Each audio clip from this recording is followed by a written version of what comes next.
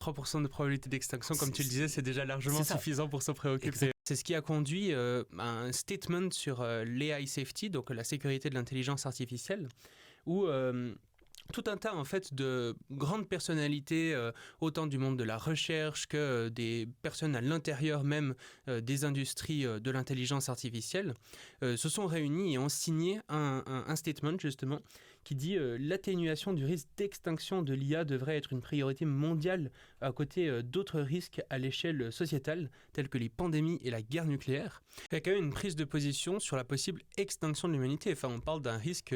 Oui, je veux dire... il est évident, encore une fois, comme l'hiver nucléaire est un risque d'extinction de l'humanité, on le met à quelques pourcents ou quelques dixièmes de pourcents d'arrivée.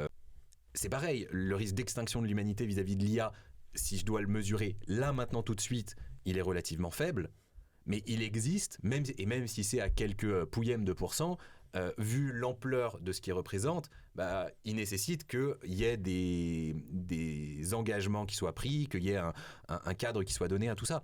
Donc en fait, il ne faut pas raisonner en termes de est-ce que l'IA va faire s'éteindre l'humanité ou non ? Ça n'a pas de sens. Par contre, se dire que c'est envisageable, il y a des scénarios dans lesquels ça arrive, donc il y a une probabilité, même si elle est faible, que ça arrive, ça... c'est tout à fait OK. Et si tu mets en face le fait qu'une extinction de l'humanité, ça soit à peu près le risque le plus inacceptable que tu puisses accepter, du coup pas accepter, le risque le plus inacceptable que tu puisses envisager, pardon, ce pouillème de pourcents, il prend une importance cruciale. Tu mets ces possibilités et ce pourcentage en face de la désirabilité, qui peut être positive ou négative, est-ce que c'est désirable, est-ce que c'est indésirable, et si tu as très peu de pourcents sur quelque chose qui est moyennement désirable, moyennement indésirable, en effet, tu t'y intéresses pas forcément beaucoup.